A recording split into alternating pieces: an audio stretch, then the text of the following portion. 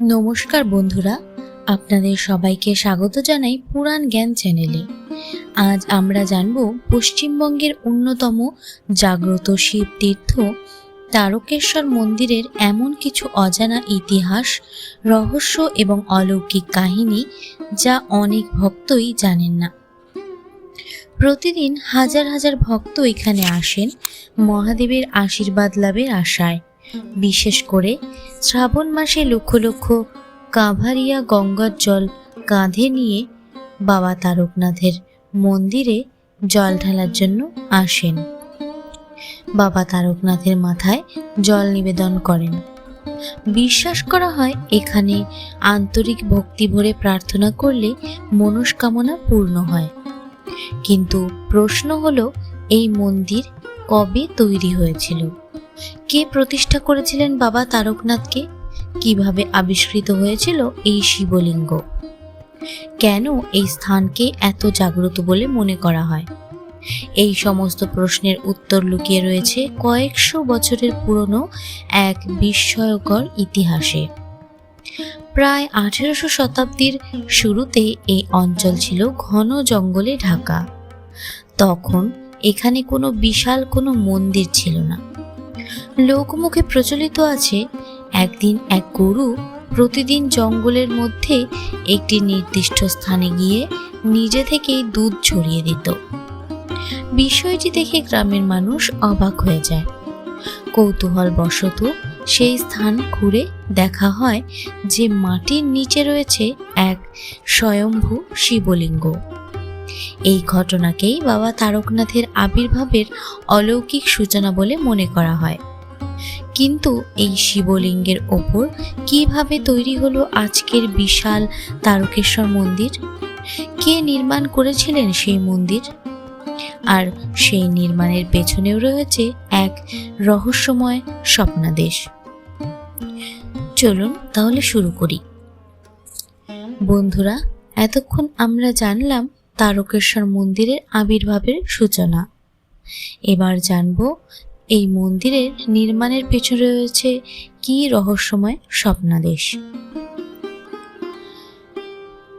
আমরা জেনেছিলাম কিভাবে জঙ্গলের মধ্যে স্বয়ম্ভু শিবলিঙ্গ আবিষ্কৃত হয়েছিল।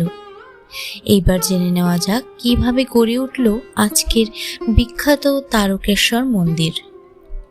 লোককথা ও প্রচলিত ইতিহাস অনুযায়ী এক রাতে এক স্থানীয় রাজা বা জমিদার স্বপ্নে স্বয়ং মহাদেবের দর্শন পান। স্বপ্নে মহাদেব তাকে নির্দেশ দেন জঙ্গলের মধ্যে লুকিয়ে থাকা শিবলিঙ্গকে উদ্ধার করে সেখানে একটি মন্দির নির্মাণ করতে।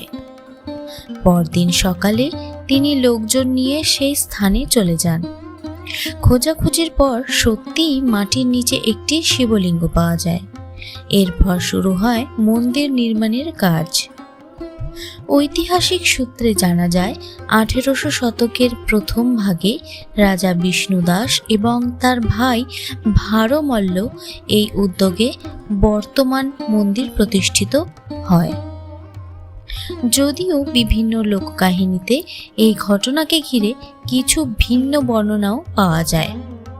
সবচেয়ে আশ্চর্যের বিষয় হলো ভক্তদের বিশ্বাস এই শিবলিঙ্গটি স্বয়ম্ভু অর্থাৎ মানুষের হাতের নির্মিত নয়। তাই বাবা তারকনাথকে বিশেষভাবে জাগ্রত দেবতা হিসেবে পুজো করা হয়। আরও একটি বিশ্বাস প্রচলিত আছে, মন্দির নির্মাণের সময় বহুবার নানাবিধ বাধা এসেছিল। কখনো নির্মাণ সামগ্রী নষ্ট হয়ে গিয়েছিল, কখনো কাজ অকারণেই থেমে গিয়েছিল। পরে বিশেষ পূজা ও যজ্ঞের পর সেই বাধা দূর হয় এবং মন্দিরের কাজ সম্পূর্ণ হয়। যদিও এই ঘটনাগুলি মূলত লোকবিশ্বাসের অংশ, লিখিত ঐতিহাসিক প্রমাণ এখানে সীমিত। আজও লক্ষ লক্ষ ভক্তের বিশ্বাস, আন্তরিক ভক্তি নিয়ে বাবা তারকনাথের শরণাপন্ন হলে জীবনের কঠিন বাধাও দূর হতে পারে। এরপর আমরা জানব কেন তারকেশ্বরকে জাগ্রত শিব বলা হয়। এখানে ঘটে যাওয়া অলৌকিক ঘটনা এবং এমন কিছু রহস্য যা আজও মানুষের কৌতূহলের কেন্দ্রবিন্দু। বন্ধুরা, এখন আসি সেই প্রশ্নে যা প্রায় প্রতিটি ভক্তের মনে জাগে।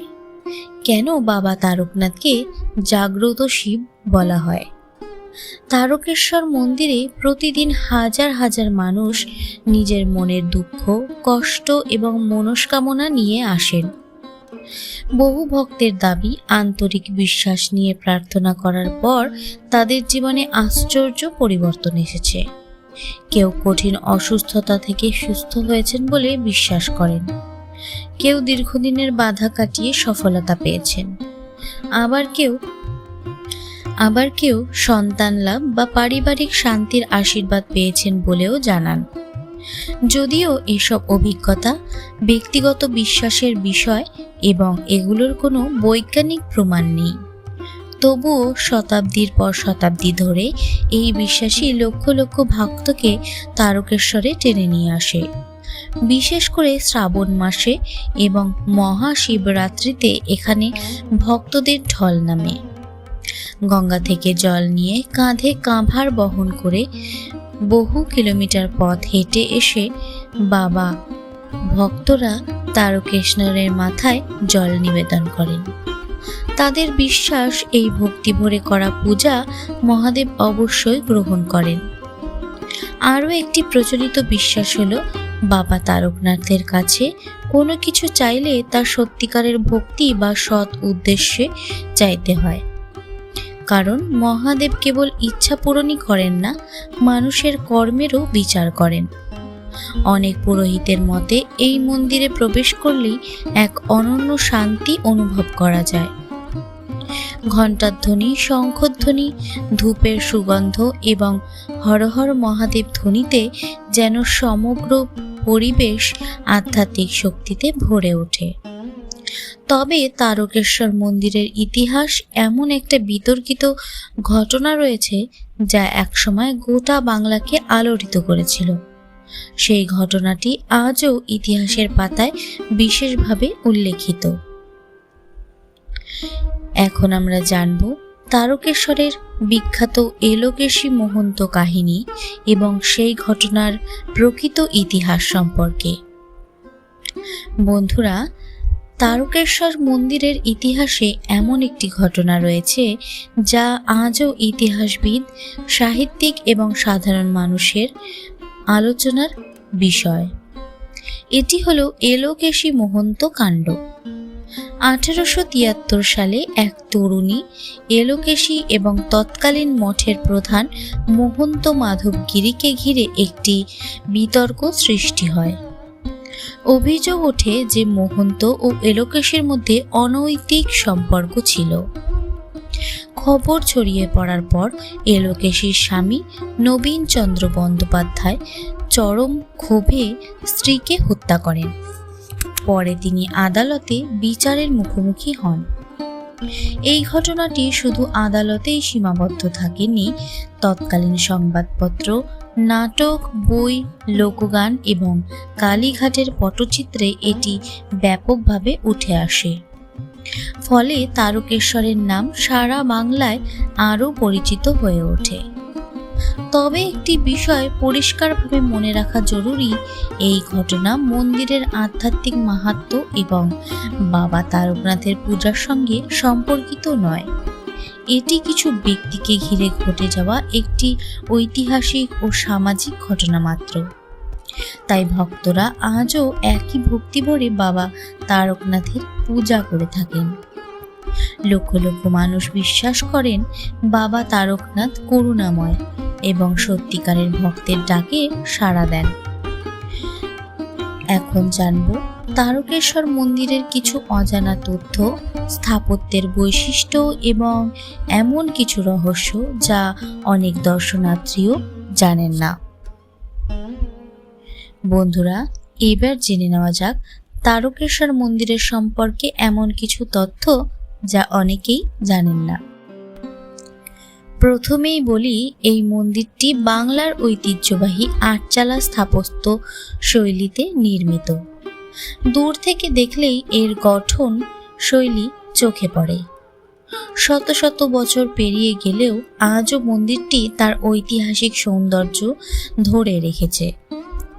সবচেয়ে আশ্চর্যের বিষয় হলো এখানে প্রতিষ্ঠিত শিবলিঙ্গকে অধিকাংশ ভক্ত স্বয়ম্ভু বলে বিশ্বাস করেন, অর্থাৎ এটি মানুষের হাতে তৈরি নয়, নিজেই প্রকাশিত হয়েছে।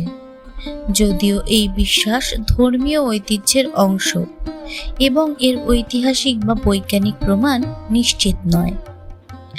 আরও একটি বৈশিষ্ট্য হলো প্রতিদিন ভোরবেলা থেকে রাত পর্যন্ত অবিরাম পূজা, আরতি এবং জলাভিষেক চলে। বছরের প্রতিটি দিনই ভক্তদের ভিড় থাকে, তবে শ্রাবণ মাস, মহাশিবরাত্রি এবং চৈত্র সংক্রান্তিতে এখানে মানুষের ঢল নামে। মন্দিরের পাশেই রয়েছে পবিত্র দুধ পুকুর। ভক্তদের বিশ্বাস এই পুকুরে স্নান করে বাবা তারকনাথের দর্শন করলে পুণ্য লাভ হয় এবং মানসিক শান্তি আসে। তবে এটি ধর্মীয় বিশ্বাসের বিষয়। অনেক দর্শনার্থী জানান মন্দিরে প্রবেশের পর এক গভীর প্রশান্তি অনুভূত হয়। কেউ একে আধ্যাত্মিক শক্তির প্রভাব মনে করেন, আবার কেউ বলেন এটি ভক্তি, পরিবেশ ও মানসিক অনুভূতির ফলাফল। এই কারণেই শতাব্দীর পর শতাব্দী ধরে তারকেশ্বর শুধু একটি মন্দির নয়, লক্ষ লক্ষ মানুষের বিশ্বাস, আস্থা এবং ভক্তির কেন্দ্রবিন্দু হয়ে রয়েছে। বন্ধুরা, আজ আমরা জানলাম তারকেশ্বর মন্দিরের ইতিহাস, নির্মাণ কাহিনী, প্রচলিত রহস্য, জাগ্রত শিব হিসেবে বাবা তারকনাথের মাহাত্ম্য এবং ইতিহাসে আলোচিত কিছু ঘটনাবলী। বন্ধুরা, ভিডিওটি যদি ভালো লেগে থাকে তাহলে একটি লাইক করবেন এবং আমার চ্যানেল পুরাণ জ্ঞান সাবস্ক্রাইব করতে ভুলবেন না এবং ঘন্টার আইকনটি চাপতে ভুলবেন না। হর হর মহাদেব। সকলে সুস্থ থাকুন, ভালো থাকুন। দেখা হবে নতুন কোনো ভিডিওর সঙ্গে খুব শিগগির। ধন্যবাদ।